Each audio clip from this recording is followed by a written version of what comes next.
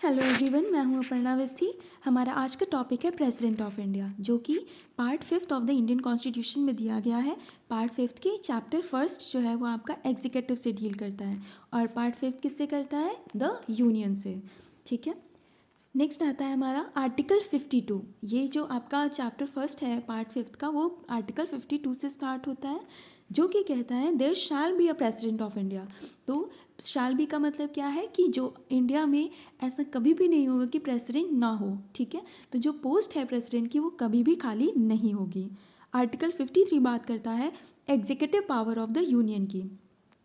तो कि जो क्लॉज 1 है इसका, वो कहता है कि जो एग्जीक्यूटिव पावर है यूनियन की वो प्रेसिडेंट में वेस्टेड है और उन्हीं के द्वारा एक्सरसाइज की जाएगी, इधर डायरेक्टली या फिर जो भी उनके सबॉर्डिनेट ऑफिसर्स हैं उनके द्वारा।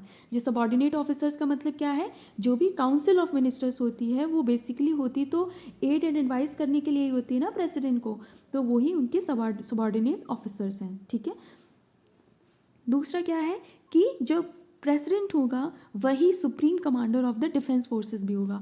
ये आपके प्री के लिए भी इंपॉर्टेंट है कि supreme commander of the defence forces कौन होता है? तो प्रेसिडेंट। ठीक है, नेक्स्ट है इलेक्शन ऑफ प्रेसिडेंट। आर्टिकल 54 बात करता है कि इलेक्शन किसके द्वारा किया जाएगा। ठीक है, तो किसके द्वारा? Electoral college consisting of elected members of both houses of parliament. तो पार्लियामेंट के जो दोनों हाउसेज हैं, लोकसभा और राज्यसभा, उनके जो इलेक्टेड मेंबर्स हैं उनके द्वारा। ठीक है, दूसरा क्या है? जो लेजिस्लेटिव असेंबलीज हैं स्टेट्स की, ठीक है, जो विधानसभाएं हैं, विधान परिषद नहीं। ठीक है, यूनियन में तो पार्लियामेंट में तो आपका दोनों इंक्लूडेड है, आपका राज्यसभा और लोकसभा दोनों, लेकिन आपकी जो स्टेट लेजिस्लेटिव असेंबलीज ही सिर्फ इंक्लूडेड हैं स्टेट्स में। ठीक है, लेजिस्लेटिव काउंसिल इंक्लूडेड नहीं है। तो इन दोनों के ही जो इलेक्टेड मेंबर्स होंगे, ठीक है, नॉमिनेटेड मेंबर्स नहीं होंगे, याद रखिएगा, सिर्फ इलेक्टेड मेंबर्स होंगे। ठीक है, और जो यहाँ पर स्टेट्स लिखा गया है उसमें कौन कौन सी जो एक्सप्लेनेशन है वो कहता है कि जो national capital territory of Delhi और यूनियन टेरिटरी ऑफ पुडुचेरी, इन दोनों स्टेट्स की भी जो लेजिस्लेटिव असेंबलीज होंगी वो भी क्या होंगी? इसमें इंक्लूडेड होंगी इलेक्टोरल कॉलेज में, जो कि वोट करेंगे किसके लिए? प्रेसिडेंट के इलेक्शन में। नेक्स्ट है manner of election. Manner of election क्या बात करता है? आर्टिकल 55 वो कहता है कि किस तरीके से होगा? With the system of proportional representation by means of the single transferable vote. ठीक है, इसका मतलब क्या है कि जो भी जितने भी इलेक्टेड मेंबर्स हैं वो क्या करेंगे? प्रोपोर्शनली रिप्रेजेंट करेंगे इंडिया की पॉपुलेशन को, क्योंकि ये इनडायरेक्ट इलेक्शन होता है। ठीक है, हमारा जो कंट्री है, हमारा देश, वो रिपब्लिक है। रिपब्लिक का मतलब होता है कि जो हेड है वो किसके द्वारा इलेक्ट किया गया है?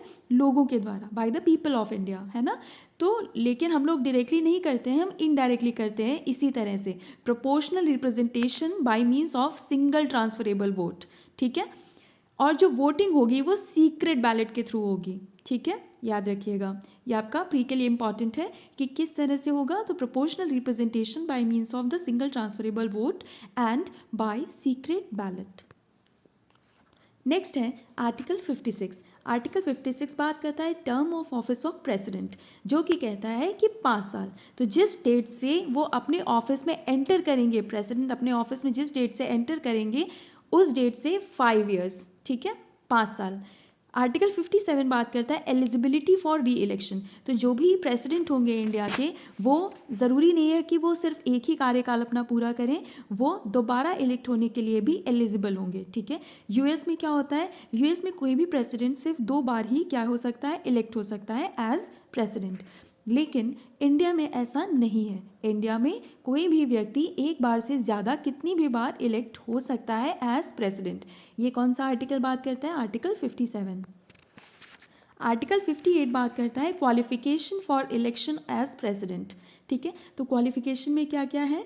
Must be a citizen of India. तो मैंने बताया था ना जब मैं सिटीजनशिप पढ़ा रही थी कि कुछ ऐसी पोस्ट हैं कॉन्स्टिट्यूशन की जो कि सिर्फ और सिर्फ सिटीजन्स ही होल्ड कर सकते हैं, नॉन सिटीजन्स नहीं कर सकते हैं। ठीक है, तो ये एक ऐसी पोस्ट है। प्रेसिडेंट सिटीजन होना चाहिए। ठीक है, 35 की एज से ज़्यादा होना चाहिए, मतलब कंप्लीट कर लिए हो 35 वर्ष कंप्लीट कर लिए हो वो व्यक्ति प्रेसिडेंट के इलेक्शन के लिए कंटेस्ट कर सकता है। थर्ड कंडीशन क्या है, he should be qualified for election as a member of the house of the people.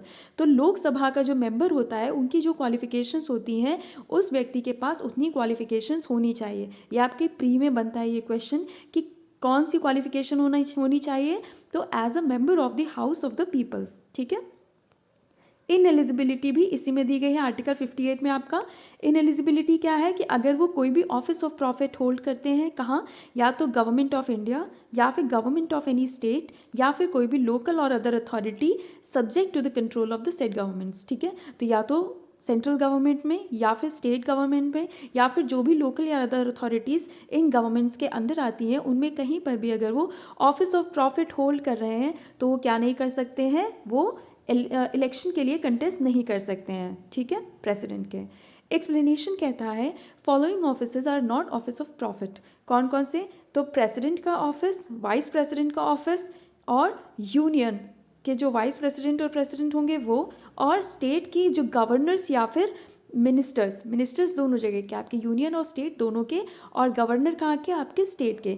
ये जो 4 ऑफिसेज हैं, ठीक है, president, vice president, governor and minister, ये 4 ऑफिसेज आपके ऑफिस ऑफ प्रॉफिट में इंक्लूडेड नहीं है।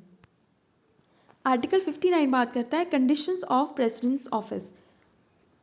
तो प्रेसिडेंट जो होगा वो ही shall not be a member of either house of parliament और of a house of legislature of any state. In case if he is, he shall be deemed to have vacated his seat. तो क्या होगा कि अगर president, पहली बात तो ये है कि वो किसी भी पार्लियामेंट की किसी भी हाउस का मेंबर नहीं होना चाहिए या फिर किसी भी स्टेट की लेजिस्लेचर का पार्ट नहीं होना चाहिए, लेकिन इन केस अगर है भी तो क्या होगा कि उनकी जो सीट है वहाँ पर वो खाली मान ली जाएगी, किस डेट से, जिस डेट से वो एंटर करेंगे अपने ऑफिस में। ठीक है। प्रेसिडेंट जो है वो ऑफिस ऑफ प्रॉफिट को ही होल्ड नहीं करेंगे, ये दूसरी कंडीशन है। थर्ड कंडीशन क्या है कि उनको ऑफिशियल रेजिडेंस दिया जाएगा without payment of rent. That means कि उनको कोई भी रेंट पे नहीं करना पड़ेगा ऑफिशियल रेजिडेंस के लिए, और उनको इमोल्यूमेंट्स, अलाउंसेस एंड प्रिविलेजेस जो भी पार्लियामेंट डिसाइड करेगी विधि बनाकर, लॉ बनाकर, वो सभी इमोल्यूमेंट्स, अलाउंसेस एंड प्रिविलेजेस उनको दिए जाएंगे। The emoluments and allowances of the president shall not be diminished during his term of office. तो क्या होगा कि जो भी emoluments and allowances हैं उनको कम नहीं किया जा सकता है। ठीक है, जब भी जितना उनका टेन्योर होगा उस टाइम पीरियड में उसको बढ़ाया तो जा सकता है लेकिन कम नहीं किया जा सकता है। ठीक है। तो अभी रिसेंटली 2017 तक क्या होता था, जो प्रेसिडेंट की सैलरी थी वो 1.5 लाख रुपए थी, ठीक है, पर मंथ। लेकिन 2018 के बजट के बाद में इंडियन प्रेसिडेंट की सैलरी 5 लाख कर दी गई है। ठीक है। तो now he is paid 5 lakhs of rupees per month. ठीक है। तो वही मैंने अभी बताया ना कि इसको डिमिनिश नहीं किया जा सकता है। ठीक है, मतलब कम नहीं किया जाएगा बट बढ़ाया जा सकता है। ठीक है। तो वैसे ही 5 लाख, 1.5 लाख थी, 1.5 लाख से 5 लाख तो कर दिया गया, लेकिन 5 लाख से 4 लाख या 3 लाख नहीं किया जा सकता है, ना ही 1.5 लाख से वो 1 लाख कर सकते थे। ठीक है। फिर आता है आपका आर्टिकल 60। आर्टिकल 60 बात करता है oath of affirmation by the president. तो आर्टिकल 60 में जो ओथ दी गई है वो प्रेसिडेंट को कहाँ लेना पड़ेगी, in presence of the chief justice of India. ठीक है, या फिर उनकी एब्सेंस में सीनियर मोस्ट जज ऑफ द सुप्रीम कोर्ट। तो या तो सीजेआई की प्रेजेंस में या फिर जो अगर वो अवेलेबल नहीं है तो सीनियर मोस्ट जज होगा जो भी सुप्रीम कोर्ट का, वो प्रेसिडेंट को शपथ दिलवाएंगे। ठीक है। नेक्स्ट है किस चीज़ की शपथ लेंगे president, to the best of his ability preserve, protect and defend the constitution and the law. तो क्या कि कॉन्स्टिट्यूशन की और विधि की वो क्या करेंगे, उसको प्रिजर्व करेंगे, प्रोटेक्ट करेंगे, डिफेंड करेंगे। ठीक है, ये हो गया आपका। ये आपका प्री में पूछा जाता है कि ओथ प्रेसिडेंट किस चीज़ की लेते हैं, तो always preserve, protect and defend the constitution. Please remember this fact. Next article 61 बात करता है procedure for impeachment of the president.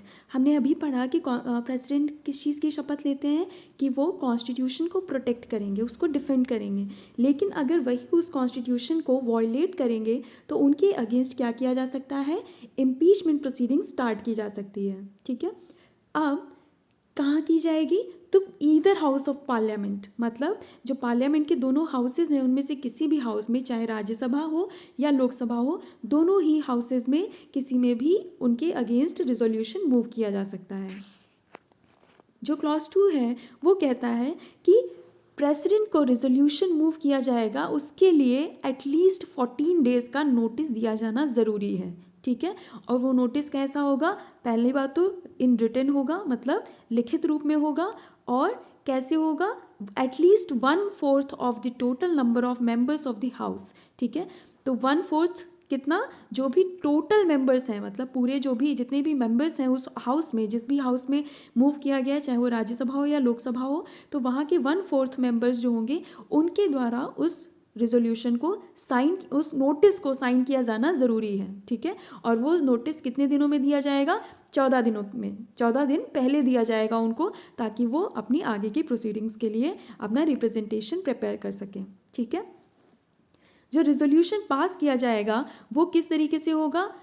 पहली बात तो आपका नोटिस जो था वो 14 डेज़ की नोटिस था और उसमें 1/4 था, ठीक है। लेकिन जो रिजोल्यूशन पास किया जाएगा उसके लिए 2/3 of the total membership of the house, ठीक है। इन जनरल क्या होता है, कोई भी आप देखेंगे तो वहाँ पर यही होता है 2/3 of the members present and voting. ये अकेला ऐसा आर्टिकल है, आर्टिकल 61, जहाँ पर 2/3 of the total membership of the house लिखा हुआ है, ठीक है। दैट मीन्स कि ये बहुत रिजिड चीज़ है, ऐसा नहीं है कि कोई भी ऐसे उठा के आप इम्पीच कर सकते हैं प्रेसिडेंट को, नहीं। आपको 2/3 of the total membership of the house के द्वारा उस रिजोल्यूशन को पास किया जाना ज़रूरी है, ठीक है।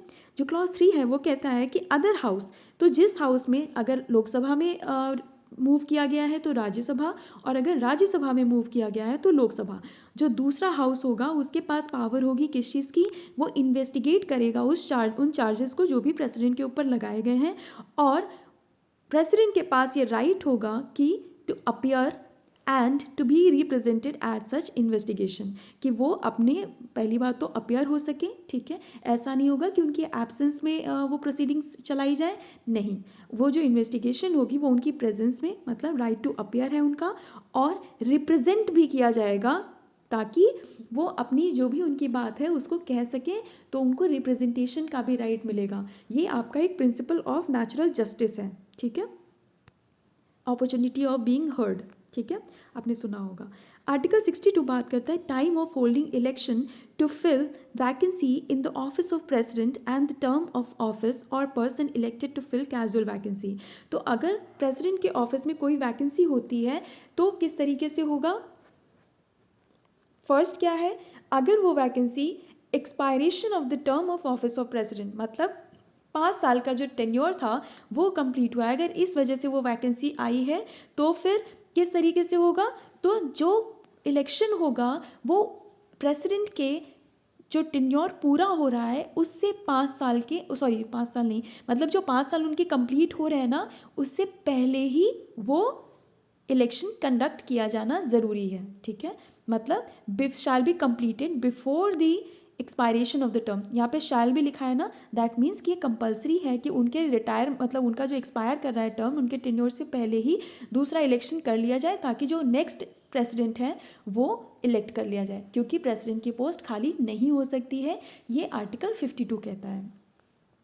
लेकिन जो क्लॉज 2 कहता है वो बताता है कि अगर वैकेंसी डेथ, रेजिग्नेशन या रिमूवल की वजह से हुई है, ठीक है, या तो प्रेसिडेंट की डेथ हो गई है, या उन्होंने रिज़ाइन कर दिया है, या फिर उनको रिमूव कर दिया गया है, दैट मीन्स इम्पीचमेंट हो गया है, तो फिर क्या होगा? Shall be held as soon as possible, तो मतलब जितनी जल्द से जल्द हो सके उतनी जल्दी इलेक्शन करवाया जाएगा, but in no case later than 6 months, मतलब 6 महीने के से ज़्यादा का टाइम नहीं दिया जाएगा, ठीक है। जो वो इलेक्शन भी कंडक्ट होगा वो भी 6 महीने के अंदर हो जाना चाहिए, किस डेट से? जिस डेट पर वो डेथ, रेजिग्नेशन या रिमूवल हुआ है उस डेट से, ठीक है। इतना ही था आज के टॉपिक में, आर्टिकल 62 तक आपका, आर्टिकल 52 से लेकर के 62 तक। नेक्स्ट हम लोग पढ़ेंगे पावर्स ऑफ प्रेसिडेंट। मैं आपको एक बार ये रिवीजन और करवा देती हूँ, क्योंकि ये आपके इसके लिए बहुत इंपॉर्टेंट है, आपका क्या कहते हैं, प्री के लिए, ठीक है। प्री में एटलीस्ट एक क्वेश्चन यहाँ से रहता ही रहता है, ठीक है। तो हेडिंग्स याद करिए। आर्टिकल 52 क्या है? President of India. आर्टिकल 53 क्या है? Executive power of the union. इसी में बात की गई supreme commander of the defence forces की, कौन होगा? प्रेसिडेंट। तो आर्टिकल 52 प्रेसिडेंट, आंखें बंद करके याद करिए, article 52 president, article 53 executive power of the union, article 54 election of president कैसे होगा, इलेक्टोरल कॉलेज, इलेक्टेड मेंबर्स के द्वारा, कहाँ के, बोथ हाउसेज ऑफ पार्लियामेंट और legislative assemblies of the state, और national capital territory of Delhi और यूटी ऑफ पुडुचेरी, ठीक है। आर्टिकल 55 बात करता है मैनर ऑफ इलेक्शन, तो आर्टिकल 54 क्या है, इलेक्शन की बात करता है, आर्टिकल 55 मैनर ऑफ इलेक्शन की बात करता है, और याद रखिएगा कैसे, proportional representation by means of the single transferable vote, ठीक है। नेक्स्ट है आपका 56 term of office of president, तो 5 ईयर्स। आर्टिकल 57 एलिजिबिलिटी फॉर री इलेक्शन की बात करता है, आर्टिकल 58 क्वालिफिकेशन की बात करता है, आर्टिकल 59 कंडीशंस की बात करता है, जो भी प्रेसिडेंट के ऑफिस की कंडीशंस हैं उनकी बात करता है, आर्टिकल 60 बात करता है ओथ और अफर्मेशन बाय द प्रेसिडेंट, तो किन की प्रेजेंस में किया जाएगा, चीफ जस्टिस ऑफ इंडिया, या फिर अगर उनकी एब्सेंस है तो फिर सीनियर मोस्ट जज ऑफ द सुप्रीम कोर्ट। और किस चीज़ की ओथ लेते हैं, preserve, protect and defend the constitution and the law, ठीक है। नेक्स्ट है 61 डील करता है इम्पीचमेंट ऑफ द प्रेसिडेंट से, ठीक है, और किस वजह से किया जाएगा, वायलेशन ऑफ द कॉन्स्टिट्यूशन, जो नोटिस होगा वो 1/4 of the total number of members of the house, ठीक है, उनके द्वारा साइन किया जाना जरूरी है, और रेजोल्यूशन पास किया जाएगा 2/3 of the total membership of the house के द्वारा, ठीक है। और इन्वेस्टिगेशन होगा तब प्रेसिडेंट के पास right to appear and to be represented भी होगा, ठीक है। आर्टिकल 62 बात करता है कि इलेक्शन कैसे हेल्ड किए जाएंगे जब वैकेंसी हो जाएगी प्रेसिडेंट के ऑफिस में, ठीक है। तो ये आपका क्लियर हो गया, एक बार और रिवीजन करवा दें, ये रट लीजिए इसको क्योंकि इससे एक नंबर आपका रहता ही रहता है।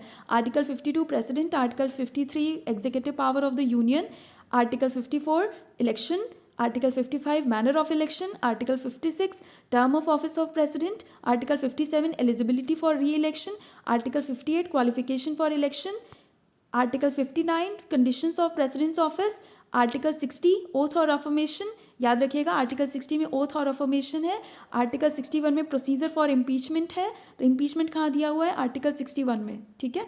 आर्टिकल 62 बात करता है कोई वैकेंसी हो जाएगी तो उसको फिल कैसे करेंगे, ठीक है। आज के लिए इतना ही, नेक्स्ट हम मिलते हैं पावर्स ऑफ प्रेसिडेंट के साथ, ठीक है। Thank you for watching.